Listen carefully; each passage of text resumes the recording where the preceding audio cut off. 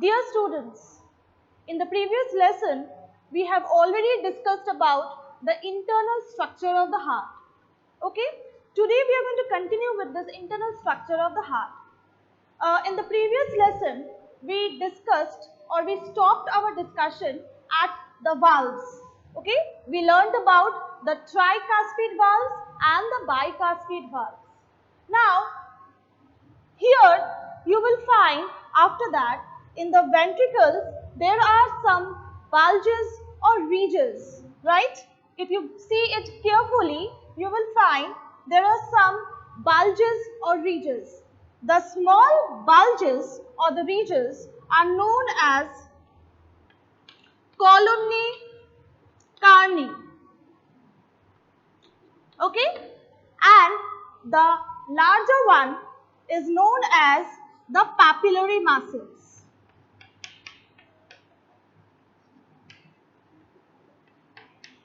Okay? Now, these papillary muscles have got some important functions. We are going to discuss about that. Okay? From these papillary muscles, there arise chordae tendineae. Now, what is the special about it? We are going to discuss about that. This chordae tendineae arise from the papillary muscles and extend up to the base of the valves. Valves means the tricuspid valves and the bicuspid valves. Fine? So, like this. Okay? Papillary muscles, from the papillary muscles, the chordae tendineae arise and extend up to the base of the tricuspid valves as well as the bicuspid valves. Now, this tricuspid valves and the bicuspid valves, they are very thin by nature. Fine? Now, as I said, when the auricles contract, the blood gets pumped into the ventricles. Okay. Now, when the auricles contract, okay, when the auricles contract, the blood will be coming or pumped into the ventricles. Okay. At that time, what happens? The valves get open and let the blood to pump into the ventricles. So, suppose for example, if I consider this as a bicuspid valve, because as I have said, this bicuspid valves means there are two cusps. So, two cusps are there. Okay.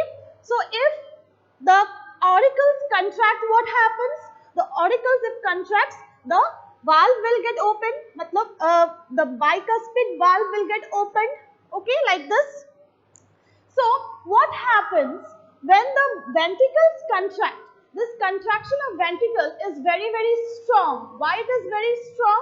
Because the ventricles are surrounded by the cardiac muscles. Okay, so that is why since it is surrounded by thick muscles, that is why the contraction of the ventricles is very strong. So, when the ventricles contract, what happens? These valves get opened. Okay, and what happens? This valves, when the blood gets pumped into the ventricles, when the ventricles contract, what happens? The valves will get closed. Okay, let me repeat once more. When the auricles contract, the valves get opened. Okay, the valves get opened like this. If it is a bicuspid valve, I'm just giving an example. This is a bicuspid valve. The auricles are contracting and the valves are getting opened. And when the valves are getting opened, the blood is pumped into the ventricles. Okay. Now, when the ventricles contract, what happens? The valves will tend to get closed. Now, what happens if, since the valves are very thin by nature, what happens? It might get reversed back like this. Okay. In order to prevent that, chordae tendineae is present. Okay. This chordae tendineae is present. What does this chordae tendineae do? If it is a ventricle, if the ventricles are contracting, the valves are getting closed, and here what happens? The chordae tendineae is present, which is actually preventing the valves to get reversed back, and as a result, what happens? It is preventing any kind of reverse backflow of the blood. Okay, so chordae tendineae is very, very important. This is chordae tendineae.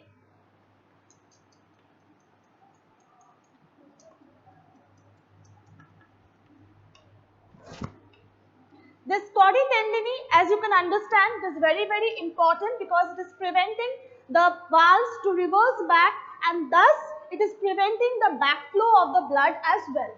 Fine. Now, similarly here also the chordae tendineae are present like this, in both the left and the right ventricles. The chordae tendineae are present, which is actually preventing from any kind of reverse flow of the blood. Okay, so this is all about chordae tendineae.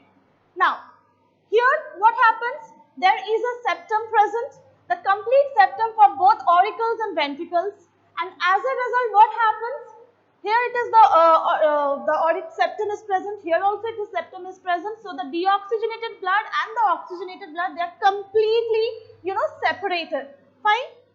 So here what happens in the left side? Sorry, it is in the right side. The right side, what happens? The deoxygenated blood, it's getting pumped into the right ventricle.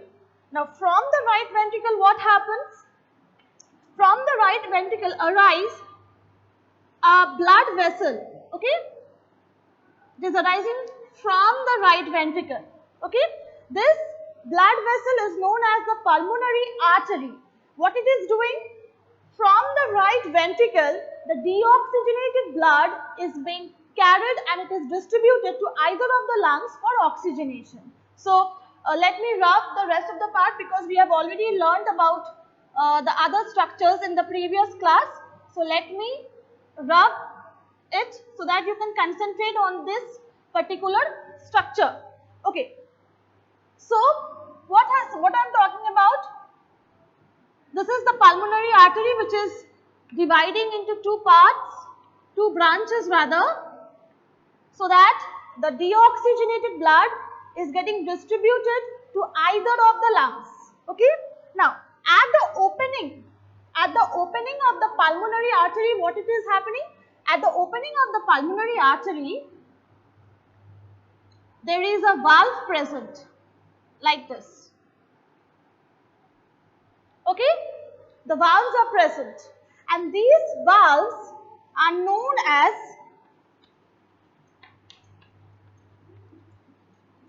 semilunar valves. Fine. These semilunar valves are also having three cusps. That means it has it is also a tricuspid valve. So what did I say? At the opening of the pulmonary artery, this is the pulmonary artery, let me write it down.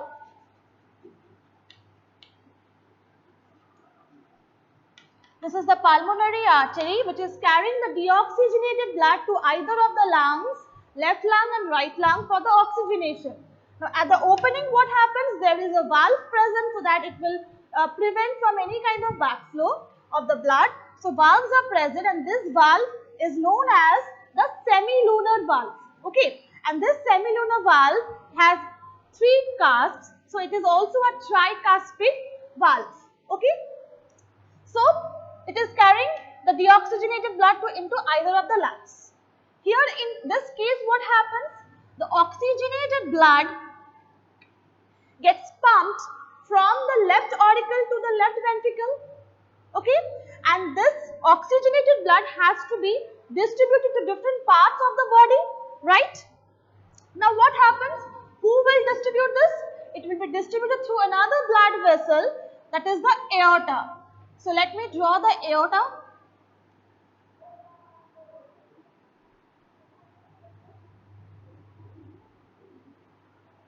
Okay, this aorta, let me rub the other structures so that you can concentrate.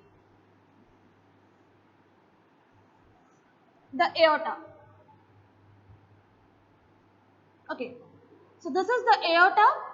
Now this aorta, as you know, we have already done this in the comparative study of heart, that in case of mammals, the aorta will be tilted towards the left side, right? So obviously it will be tilted towards the left side but it will divide into branches, 3 branches, that is the subclavian, carotid and the branchial artery, and it will tilt it towards the left side. Okay. So, this aorta which is arising from the left ventricle, it will emerge out into 3 branches, that is the branchial, subclavian and carotid artery, and it will bend towards the left side and it will distribute the blood to different parts of the body. So, same thing is happening in case of birds, only the difference is that the aorta will be bending towards the right side here. So, this is the aorta, this one is the aorta. Okay. Now, at the opening of the aorta, there is also a valve present, and this valve is also known as the semilunar valves, the same, the same valve, that is the tricuspid, the tricuspid valve, semilunar valve.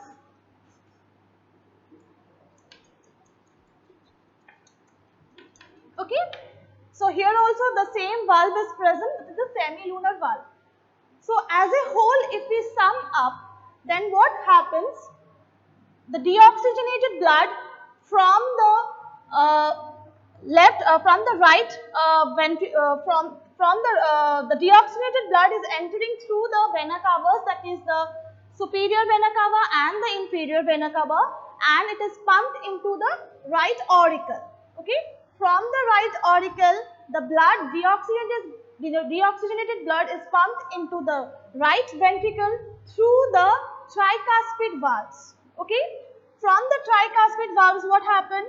From the right ventricles, what happened? The deoxygenated blood passes through the pulmonary artery, and it gets distributed to either of the lungs for oxygenation. Okay. Now, what happens? After it is getting oxygenated in the lungs, it will enter into the pulmonary veins. This is the pulmonary vein. Okay, this is the pulmonary veins. There are 4 pulmonary veins. You can only see, since it's a 3D structure, you can only see 2 pulmonary veins here, and the other side will be inside. So, I have drawn like this. These are 4 pulmonary veins present through which the oxygenated blood is coming and pumped into the left auricle. Okay. From the left auricle, the blood is pumped into the left ventricle, right?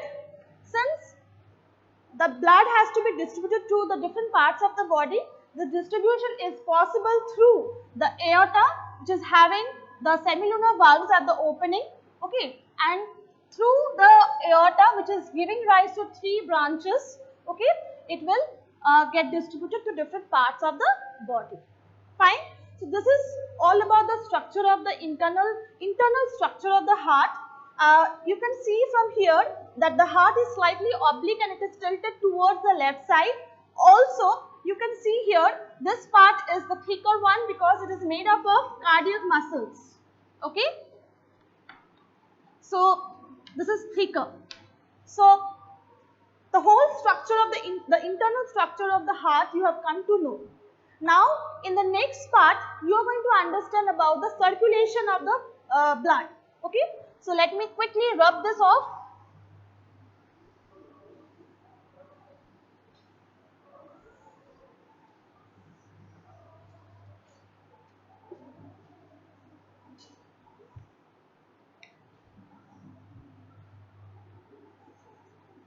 Circulation of blood in the heart.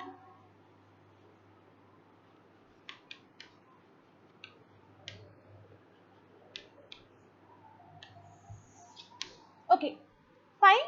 So, let me quickly draw the structure again, once again. Not a bigger one, smaller one will do only for the explanation. So, I am not drawing a bigger heart.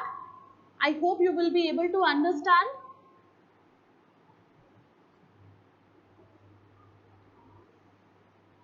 So, this is the human heart. Okay. Now, I am not going to draw all the structures of the heart because you have already understood the different structures of the heart in the last 2 days.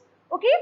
So, I am just going to draw the structure. I am just going to write down the right auricle, right ventricle, left auricle and left ventricle. Other parts I will not write. Okay. So, just for the explanation, this will do. So, what is happening? First of all, in the blood circulation, when we are talking about the blood circulation in the mammalian heart or in the human heart, the circulation of blood is a double circulation. Fine? Double circulation means circulation can be of two types. Okay? What are they? First one is the systemic circulation. Systemic circulation.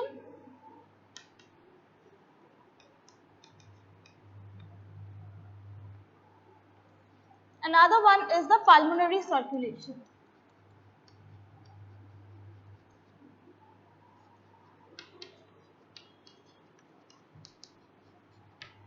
Okay, systemic circulation and pulmonary circulation. Now, systemic, when we are talking about systemic circulation, that means it is the blood circulation is to and from the body parts. I'll explain, don't worry.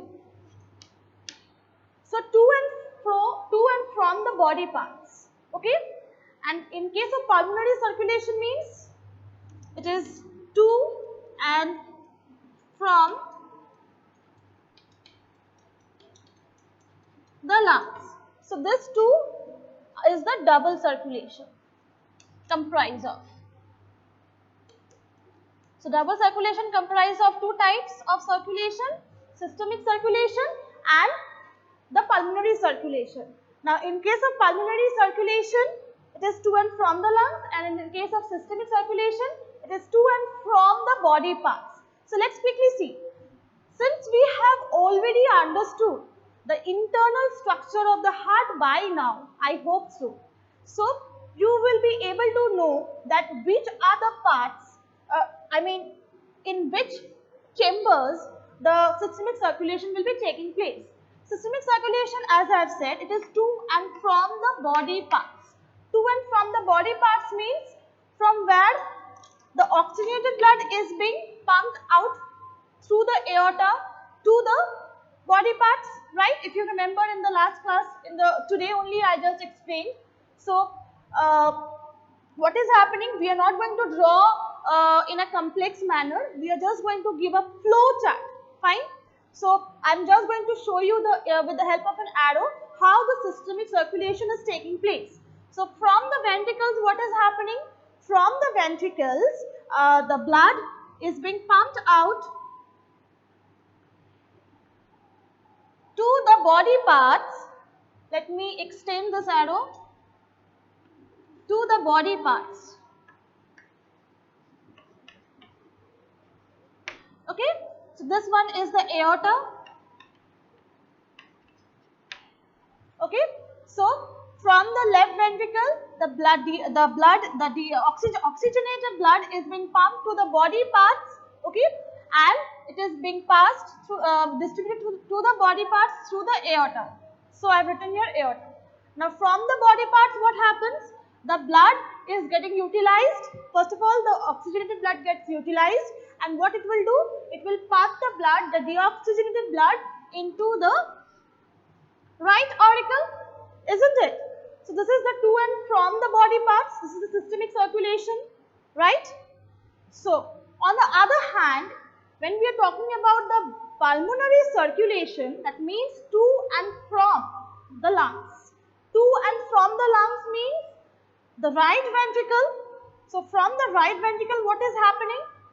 The blood, the deoxygenated blood is being pumped into either of the lungs for the oxygenation. So we can draw like this. So the deoxygenated blood, I can write like this. Deoxygenated blood, this is the lungs. Okay. and here I can write pulmonary artery. Okay, pulmonary artery. So right from the right ventricle, the deoxygenated blood is being distributed to the lungs, to either of the lungs through the pulmonary artery. Now after the oxygenation is taking place in the lungs, what happened? It passes or it gets distributed or pumped into the left auricle through the pulmonary veins. So I can write here pulmonary veins. So you have understood by now from the picture. So this is the systemic circulation and this one is the pulmonary circulation. So let's quickly sum up the systemic circulation and the pulmonary circulation in terms of flow chart. Fine?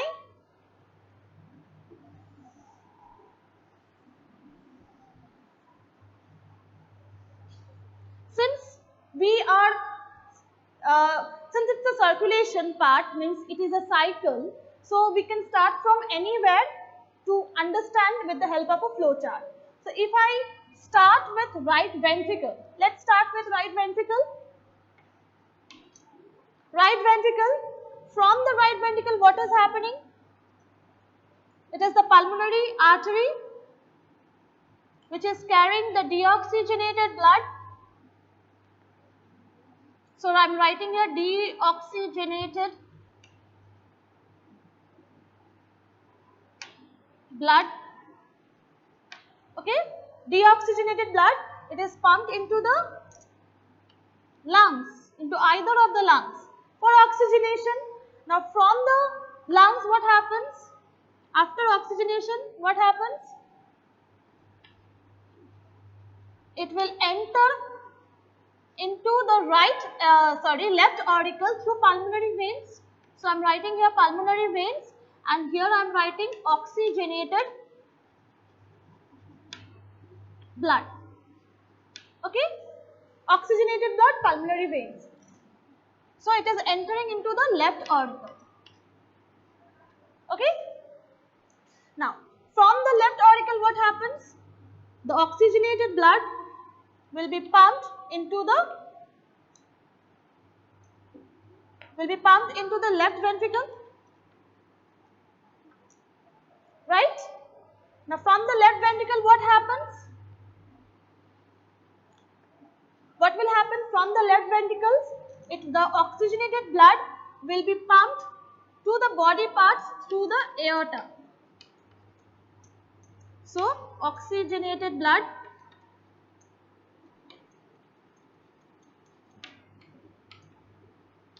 through the aorta to the body parts. So the body parts will utilize this oxygenated blood. So it will become deoxygenated again and it will enter into where? Into the right auricle. Right? So I can write it like this. Right auricle. And here I am writing deoxygenated blood.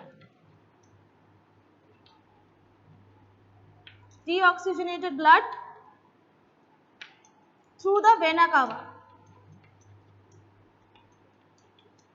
And from the right auricle what will happen? It will get pumped into the right ventricle. I hope you have understood this simple flow chart, okay, of the blood circulation which I have done for you to understand in a better way. So let me repeat once more. The right ventricle is carrying deoxygenated blood and it is pumping into the lungs through the pulmonary artery. From the lungs, the oxygenated blood will enter into the left auricle through the pulmonary veins. The oxygenated blood will be pumped into the left ventricle. Okay. From the left ventricle, it will get distributed to the body parts through the aorta. After the body parts utilize the oxygenated blood, then what will happen? The blood will become deoxygenated once more again, and it will pass through the vena cava and will enter into the right auricle. From the right auricle, the blood, the deoxygenated blood will enter into the right ventricle and the cycle will continue. Okay. So if I divide this into two circulation, this part is what? This part is what? The systemic circulation. The pulmonary circulation. Okay. This is the pulmonary circulation.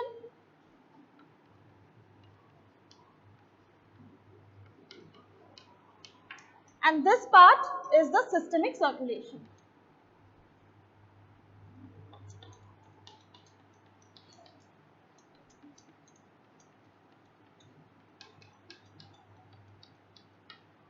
Okay. So this part is the systemic circulation and this part is the pulmonary circulation. So if you again concentrate in the diagram, then you will find that what happens in the systemic circulation, what is happening in the systemic circulation, which are the chambers are taking part for the or helping the systemic circulation to occur? The right auricle and the left ventricle, this one and this one. So this one is the arrow I am showing. And what about the pulmonary circulation? Right ventricle and the left auricle, this two is actually helping the systemic circulation to occur. Okay. So this is all about the circulation of blood in the heart, in the human heart. Okay. So this is all about today's lesson. In the next lesson, we are going to again come up with some important topics of the circulation part. Till then, thank you. Take care.